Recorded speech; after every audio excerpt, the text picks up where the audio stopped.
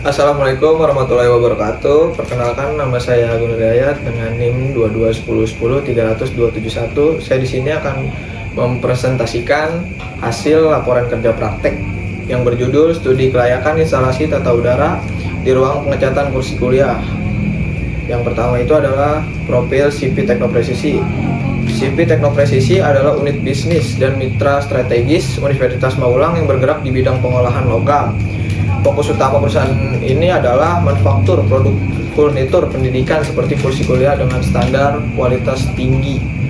Visinya menjadikan perusahaan terdepan dengan iptek. Visinya mengembangkan teknologi melalui penelitian dan pelatihan SDM berkualitas. Selanjutnya, identifikasi masalah utama. Berdasarkan observasi pengecatan ditemui 3 masalah krusial yang menghambat produktivitas, membahayakan pekerja. Bisa dilihat pada gambar di samping, ini adalah tempat pengecatan. Akumulasi VOC, sistem ventilasi memadai menguap menyebabkan uap kimia berbahaya terperangkap, mengancam kesehatan pekerja dan merusak lapisan cat. Yang kedua itu ada kontaminan partikel. Sirkulasi udara buruk membuat debu mudah menempel pada permukaan kursi yang baru dicat, yang meningkatkan angka pengerjaan ulang. Terus yang selanjutnya ada suhu dan kelembapan. Kondisi lingkungan tidak terkontrol menyebabkan hasil pengecatan tidak konsisten dan resiko cacat produk. Tanpa kontrol suhu sering muncul cacat seperti gelembung atau permukaan retak. Selanjutnya, analisis dimensi ruang estetik. Yang pertama itu ada panjang dengan panjang 8 meter, terus lebarnya 6 meter, tingginya 4 meter, volume totalnya itu 192 meter kubik.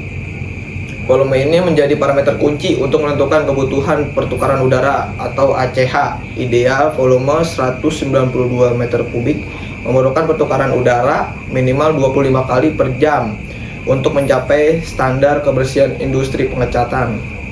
Selanjutnya, keseimbangan standar lingkungan kerja. Hasil pengukuran ini menunjukkan penyimpangan drastis dari standar ASREAN 662,1 yang membahayakan operasional.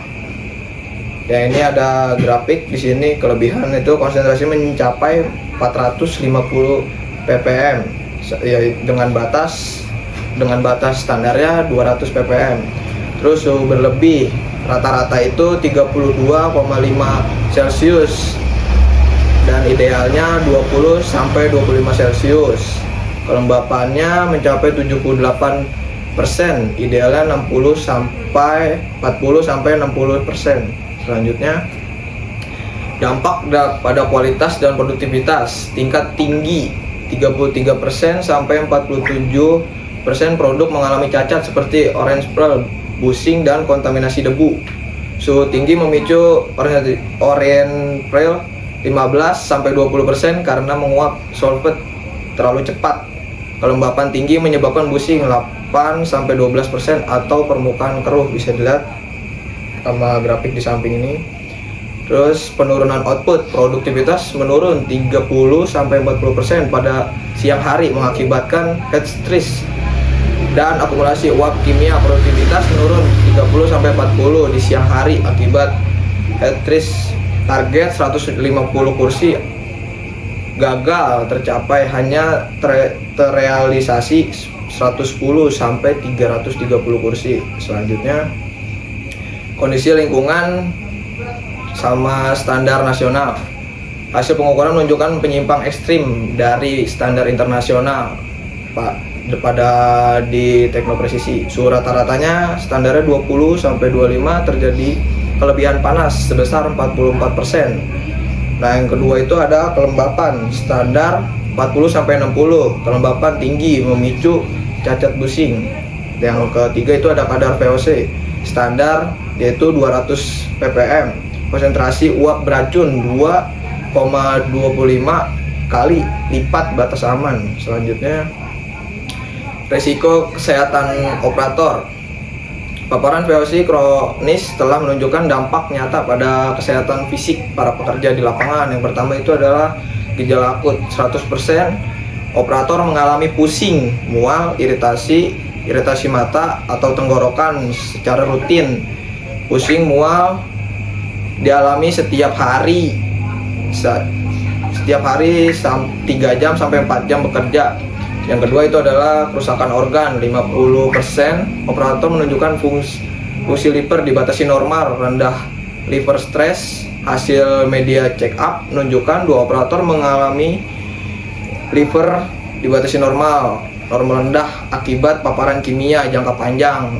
Selanjutnya itu ada gangguan pernapasan, resiko penyakit paru-paru kronis akibat konsentrasi partikel debu 0,8 magnesium sampai meter kubik. Selanjutnya analisis penurunan produktivitas, terjadi degradasi performa sistematis akibat kelelahan panas dan akumulasi polutan di udara. Output pagi jam 8 sampai jam 12. Kondisi relatif sejuk, operator mampu menghasilkan 15 sampai 18 kursi. Output sore 13 jam 1 sampai jam 5, suhu mencapai 36 Celcius. Produktivitas turun drastis menjadi 8 sampai 12 kursi. Secara keseluruhan realisasi produk hanya mencapai 110 sampai 130 kursi dari target minimal 150 kursi per hari. Kepanjangan ini dengan kerugian kapasitas sebesar 13 sampai 27% secara konsisten. Terus yang selanjutnya itu ada rekomendasi sistem tata udara. Sistem teknik diusulkan untuk mencapai kondisi kerja optimal dan aman. Yang pertama itu ada ventilasi mekanis. Instalasi exhaust fan dengan kapasitas 25 CH yang bertenaga 4.800 meter kubik per jam. Untuk evakuasi VOC, extra fan berkapasitas 700 sampai 750 CFM untuk mencapai 25 kali pertukaran udara per jam. Yang kedua itu ada pendinginan dehumidifikasi. Sistem AC industri kapasitas 8 TR untuk menjaga suhu 20 sampai 25 Celcius dan kelembapan 40 sampai 60%. Yang ketiga itu adalah filtrasi bertingkat. Penggunaan filtrasi bertingkat untuk memastikan udara suplai bebas debu. Selanjutnya analisis kelayakan ekonomi. Meskipun memerlukan investasi awal, sistem memberikan keuntungan finansial jangka panjang bagi teknopresisi. Yang pertama itu ada penghematan biaya. Reduksi cacat produk dari 40% ke turun sampai 10%. Yang kedua itu efisiensi penggunaan cat hingga 20%. Pengurangan biaya tenaga kerja dan amplas. Terus yang ini ada peningkatan pendapatan. Kapasitas produk naik 25 sampai 30%. Yang kedua itu kualitas produk lebih kompetitif di pasar. Yang ketiga itu dalam jangka waktu 2 sampai 3 tahun. Selanjutnya kesimpulan dan langkah strategis. Instalasi sistem tata udara bukan sekedar perbaikan estetika, melainkan kebutuhan fundamental untuk menjamin keselamatan pekerja, berkelanjutan kualitas produksi di CV Teknopresisi. Yang pertama itu ada implementasi prioritas ventilasi mekanis untuk kesehatan, diikuti pendinginan untuk kualitas. Yang kedua itu ada standar operasional atau SOP. Penyusunan prosedur pemilihan filter dan pembersihan rutin sistem aviasi. Yang ketiga itu monitoring berkelanjutan, evaluasi berkala terhadap parameter udara dan tingkat cacat produk pasca instalasi. Jadi lingkungan kerja yang sehat adalah kunci produktivitas tinggi dan kualitas produk yang unggul. Yang selanjutnya itu ada rekomendasi strategi. 1. Implementasi bertahap, mulai dengan sistem ventilasi. Prioritas ketiga diikuti pendinginan dan filtrasi. Yang kedua itu adalah penyusunan SOP, membuat panduan operasional dan memelihara rutin sistem aviasi. Yang ketiga monitoring berkelanjutan, evaluasi berkala terhadap kualitas udara dan tingkat cacat produk pasca instalasi. Ya, sekian dari saya. Terima kasih kepada seluruh staf Sipit Tekno Presisi dan dosen pembimbing Universitas Pamulang selama kerja praktek ini. Sekian dari saya. Wassalamualaikum warahmatullahi wabarakatuh.